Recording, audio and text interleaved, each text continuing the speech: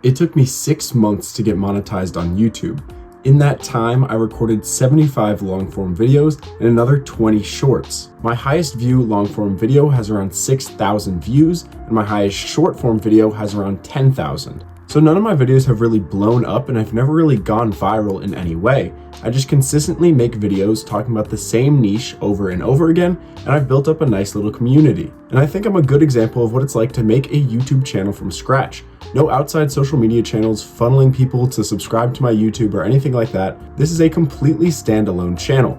Since then, I've made an Instagram and a Discord server, but both of those are kind of building off of my YouTube, not funneling into my YouTube. And if you're new here and know nothing about my channel, my name is Jack, you're watching JBTCG, and I got monetized 1 month ago today. Since then, I've gained another 300 subscribers and I've earned $100. So if you're just interested in hearing that number, there you go. However, if you want to know more about the length of videos I make, my YouTube niche, why that's important, my revenue per view, and why I think that you should make a YouTube channel and try and do the same thing that I've done, stick around, we'll go into it all. Diving into YouTube Studio, which supplies us with a bunch of analytics about your YouTube channel, we can see our view, revenue, and audience charts. YouTube has this all laid out for us. It's super nice and super convenient. And in this month, it shows that I've created 10 videos and 1 short as well. My highest revenue day was $11.59. Woo, pretty nice. And of course, that was also my highest view day. I received 2,359 views, and all of these were on long form videos, pretty much no short form views here. And that means that I earned around $5 per 1,000 views. Now, the amount of money you get paid per 1,000 views varies depending on your channel, and it varies depending on the video that you're making and your audience. If you're new here, I talk mostly about Pokemon investing, which may seem completely foreign to you, but essentially the Pokemon company releases sets with new cards every single year, around 6 sets per year, and eventually they stop printing them and they stop making products for them, and those products get opened by kids and adults alike. And over time, finding sealed products like the one I have in my hand here get really scarce, and that means that they get really expensive.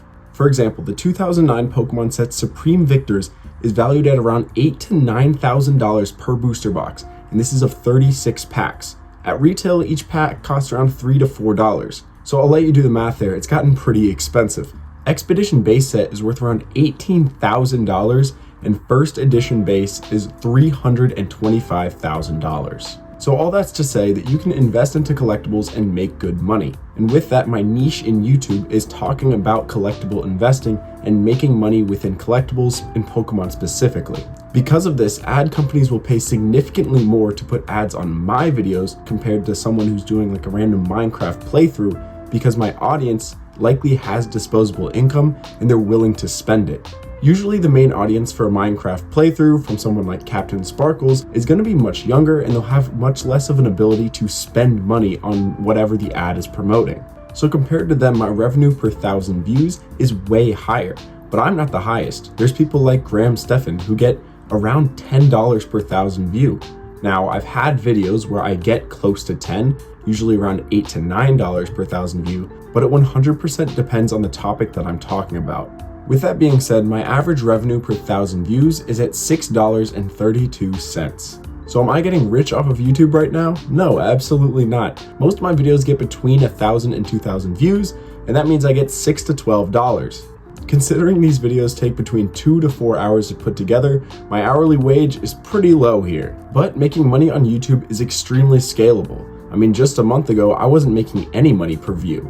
Now I'm making $6 per 1,000, and if at some point I can get 10,000 views per video, then I'm making $60 per video. And honestly, that's not half bad, but I got a long way to go for that. And if you want to help me get there someday and you've been enjoying my content, please subscribe, it really helps me out a ton. Now that's enough for me shilling myself. Let's take a look at the charts on YouTube Studio. So as you can see, my revenue per day stretched out over the month, it varies wildly. So when I upload a video, it generally spikes upwards, as you'd expect, and then directly afterwards it drops. So this is because of how the YouTube algorithm promotes videos. So when you first release a video, it gets shown in all your subscribers' feeds, some of them get notifications, and that means you're gonna get a ton of views right at the beginning. And usually for me, this is about 100 to 200 views for that first hour or two. Then if people really like the video, it's getting a ton of views, the click-through rate, which means the amount of people that see it on their feed and decide to click on it, if that's high, and then the average view duration, meaning how long they watched the video that they clicked on, if all of those metrics are high, then it will keep getting promoted in the algorithm. However, if any of these things kind of drop off a little bit over time, then it will stop getting promoted quite as much. Usually my videos after a day of being public get around 20 views per hour, so it drops significantly from that first hour. And this is why we see a graph that spikes up and down repeatedly. But you can see I have a ton of days where I'm getting $6, $7, $8 even. And then as well, there's a bunch of days where I get $1 to $2. And I know what you guys are wondering, how much do I get paid for my shorts videos? Well, not very much. For the one I released this month, I think I got 16 cents for the 1,000 views that I got. Pretty darn low.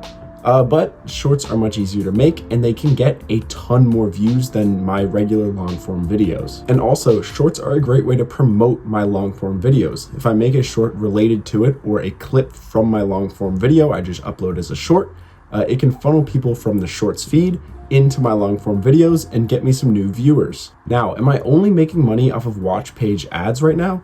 Yes, that is the only way I'm making money. I have memberships open, but nobody is a member.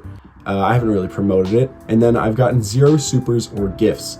So all of this money, this $100 in this month, just came from my long form videos. Now, another key thing that will alter the amount of revenue you get per 1,000 views is how long your YouTube videos are. The longer they are, the more mid-roll ads will be played, and that means that you'll get more money per 1,000 views. My videos are generally between 8 and 16 minutes. If you don't know, a video must be a minimum of 8 minutes for mid-roll ads to play, and that's what pretty much all of my videos are. So this is also boosting up my RPM, revenue per milli, which just means revenue per 1,000 views. So that is another key thing that plays into the amount of revenue you get for a channel. Now, how is my journey to get to this point where I have a monetizable YouTube channel? Well, as I mentioned before, this took about 6 months, and I had 0 prior knowledge about YouTube videos, filmmaking in general, audio stuff, how to add visuals. I just downloaded CapCut after making like 2 videos. So this was really my first time learning anything about YouTube videos was making YouTube videos. So if you're completely new to being in front of a camera or filming a YouTube video or just filming anything in general, but you think that you have something valuable to add to the YouTube space, just start making videos. I promise you, you will get better at it the more videos you make. When I go back and watch my first videos, I'm like, Jesus Christ, these are trash. These are terrible. The audio, the lighting, everything about them, I'm like, wow, I was terrible. And even now, I'm not that good. And I hope in 6 months, I look back on these videos and I'm like, wow, I've come a long way since then. So if you're out there and you want to make a Pokemon or Pokemon investing channel or any channel, just start. And I'll give you 3 tips for doing that. 1 is be consistent. And I know it's cliche, everyone says it, but it truly, truly helps. You want to make videos very, very consistently. It doesn't have to be every 2 days I upload a video. I upload it 3 p.m. every single time. Just be consistent. Upload videos and don't stop. That's basically it. That is the best way to build a community. Second is find a niche that you enjoy and you have a lot to talk about, and also carve out a specific thing that you do well within that niche. So my niche is Pokemon investing in the Pokemon trading card game in general, but my niche within that is I make much more relaxing videos. They're very laid back, it's more matter of fact. I usually just present the facts and leave it at that. I just listen to that come out of my mouth, and pretty much all of that rhymed and none of that was scripted. Anyways, I've gotten a lot of comments talking about my transparency and my chill and laid back videos, and that is my niche. I try and be as transparent as possible about Pokemon investing and present my facts in a very relaxed manner. I always have some nice lo-fi music playing in the background, and I'm never trying to pump or dump any crazy products to make money on my own. I like the market how it is, and I like to leave it the way it is. I report on it, and that's it.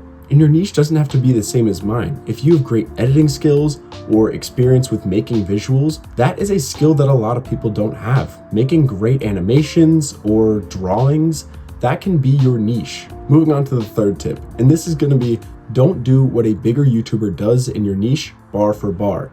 This is because people are just going to watch the big YouTuber over you. You have 0 subscribers, or say you have 500 subscribers. If you're competing against somebody who has 130,000 subscribers, he already has the community. He already has an audience. He has experience editing. They're just gonna watch them because they're gonna do it better. Now what you can do is what Ludwig has coined as the yoink and twist. And this is where you take whatever a big YouTuber has done and you modify it slightly and make it your own. You add an interesting twist to it. You do something random. Like say Pokerev is gonna open a box of Surging Sparks, the recent Pokemon set. If you do that, you're not gonna get as many views. You're probably not gonna get views at all. But if you twist it and you do, I opened a booster box of Surging Sparks, but every time I got a hit, I got shot with an airsoft gun, it adds some stakes, it adds something unique, and people just might click on it. Those are my tips. I hope they helped. And I hope you enjoyed learning about how much money you can make on YouTube. And I suggest if you're thinking about making a YouTube channel and making videos, just start.